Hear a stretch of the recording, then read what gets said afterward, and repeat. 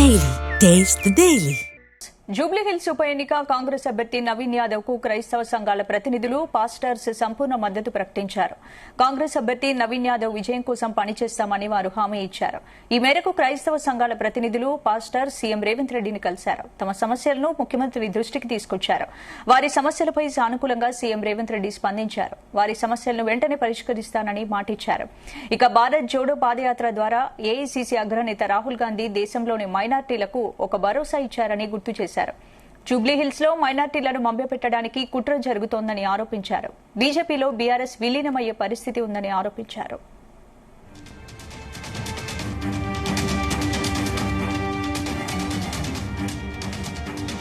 ఇందుకు సంబంధించి పూర్తి అప్డేట్స్ మా బ్యూరో చీఫ్ నరేందర్ అందిస్తారు. నరేందర్,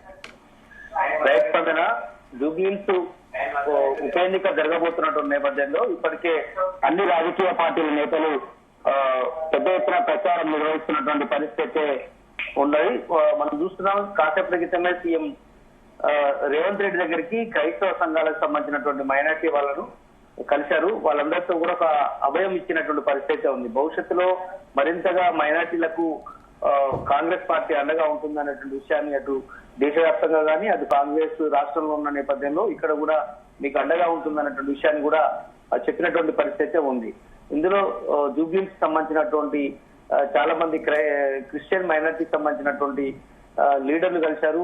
వాళ్ళందరూ కూడా ఇక్కడ నవీన్ యాదవ్ కు మద్దతు ఇస్తాము, ఈ రోజు నుంచి సంపూర్ణంగా మద్దతు ఇవ్వడమే కాదు ప్రచారం కూడా నిర్వహిస్తామని కూడా వాళ్ళు భరోసా ఇచ్చినటువంటి నేపథ్యం కూడా ఉంది. ఈ సందర్భంగా సీఎం రేవంత్ రెడ్డి వాళ్ళకు పలు హామీలు కూడా ఇవ్వడం జరిగింది. ఖచ్చితంగా మీరు నవీన్ యాదవ్ గెలిచిన తర్వాత మీకు అనుకున్నది ఇక్కడ లోకల్లో ఉన్నటువంటి సమస్యలు కావచ్చు, లేదంటే చర్చలు కానీ, లేదంటే వివిధ రకాల ఏదైతే మీకు కోరికలు ఉన్నాయో అవన్నీ మేము తీర్చడానికి సిద్ధంగా ఉన్నామని కూడా చెప్పినట్టు నేపథ్యం ఉంది. అదే సమయంలో బీఆర్ఎస్ పార్టీ కేసీఆర్ బీజేపీకి తాకట్టు పెట్టాడు అన్నటువంటి విషయాన్ని కూడా ఆయన ఆరోపణ చేశారు. పార్లమెంట్ ఎన్నికల్లో బీఆర్ఎస్ కు 8 చోట్ల కూడా డిపాజిట్ రాలన్న విషయాన్ని గుర్తుపెట్టుకోవాల్సిన అవసరం ఉందని కూడా ఆయన చెప్పారు. బీఆర్ఎస్ పార్టీ ఆత్మహత్య చేసుకుని బీజేపీకి అవగాహన చేసిందని కూడా ఈ సందర్భంగా గుర్తు చేసినటువంటి పరిస్థితి కూడా ఉంది. మోదీకి మద్దతు ఇస్తున్నటువంటి కేసీఆర్ ప్రమాదకరం, చాలా ప్రమాదకరం అని కూడా ఆయన మరోసారి గుర్తు చేశారు. కారు గుర్తుకు ఓటేస్తే కమలం గుర్తుకు వేసినట్టే అన్నటువంటి విషయాన్ని సీఎం రేవంత్ రెడ్డి చెప్పినటువంటి పరిస్థితి కూడా ఉంది. జూబ్లీహిల్స్ లో మైనార్టీలను మొదలుపెట్టడానికి ఒక కుట్ర జరుగుతోంది.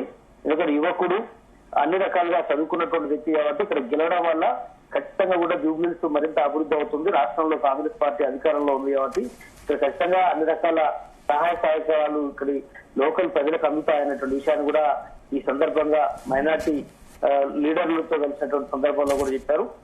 బీజేపీ బీఆర్ఎస్ మధ్య రాజకీయ ఒప్పందం లేకపోతే ఎందుకు అనుమతులు ఇవ్వడం లేదని కూడా ఈ సందర్భంగా చెప్పారు. ఎందుకంటే ఈ కార్ రేస్ కేసులో కేటీఆర్ ప్రాసిక్యూషన్ కు గవర్నర్ ఇప్పటి వరకు అనుమతి ఇవ్వలేదన్న విషయాన్ని కూడా ఆయన గుర్తు చేశారు. కాళేశ్వరం అవినీతి కేసులో సీబీఐకి అప్పగించి 3 నెలలు గడుస్తున్నా ఇప్పటి వరకు స్పందించకపోవడం ఏంటని కూడా ఈ సందర్భంగా రేవంత్ చెప్పినటువంటి పరిస్థితి కూడా ఉంది. ఎందుకంటే దేశం కోసం సర్వత్యాగం చేసిన సోనియా గాంధీ, రాహుల్ గాంధీని ఈడీ ఆఫీస్ పిలిచి విచారణ జరిగిన విషయాన్ని కూడా గుర్తు చేశారు.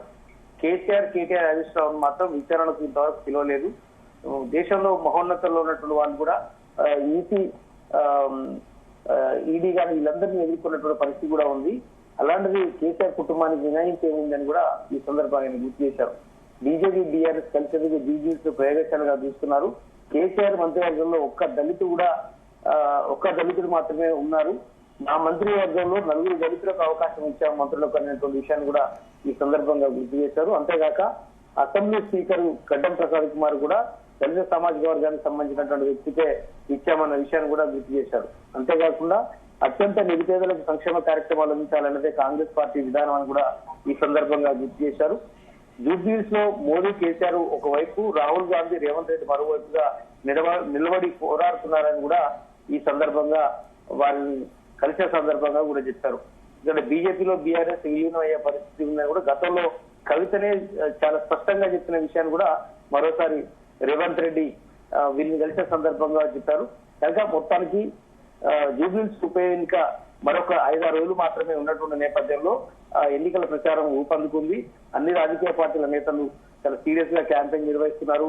డైలీ సాయంత్రం CM Revanth Reddy road show నిర్వహిస్తున్నారు. అటు కేటీఆర్ కూడా సునీత తరఫున మాగంటి సునీత తరఫున ప్రచారం నిర్వహిస్తున్నారు ఉదయం గాని సాయంత్రం గాని. అదే సమయంలో బీజేపీ అభ్యర్థి తరఫున కూడా రంకాల దీపక్ రెడ్డి తరఫున కూడా అటు కిషన్ రెడ్డి గాని బండి సంజయ్ గాని పార్టీలో ఉన్నటువంటి కీలక నేతలందరూ కూడా ప్రచారం నిర్వహిస్తున్నటువంటి పరిస్థితి కూడా మనం చూస్తున్నాం. కనుక హోరాహోరీగా జరుగుతున్నటువంటి ప్రచారంలో మాటల యుద్ధం కొనసాగుతున్నటువంటి పరిస్థితి కనిపిస్తుంది. అటు నవీన్ యాదవ్ తరఫున పార్టీలో ఉన్నటువంటి ముఖ్య నేతలు ముఖ్యమంత్రితో సహా పిసిసి అధ్యక్షుడు గాని మంత్రులు అందరూ కూడా గల్లి గల్లి తిరుగుతున్నటువంటి పరిస్థితి మనం చూస్తున్నాం. ఖచ్చితంగా కాంగ్రెస్ పార్టీ అభ్యర్థి గెలవడం వల్ల అభివృద్ధి మరింతగా జెట్ స్పీడ్ తో పోతుంది అనే విషయాన్ని కూడా గుర్తు చేశారు. కంటోన్మెంట్ లో కూడా గెలిచిన తర్వాత అక్కడ పెద్ద ఎత్తున నిధులు కేటాయించినటువంటి విషయాన్ని కూడా పదే పదే సీఎం రేవంత్ రెడ్డి గుర్తు చేస్తున్నటువంటి పరిస్థితి కూడా ఉంది.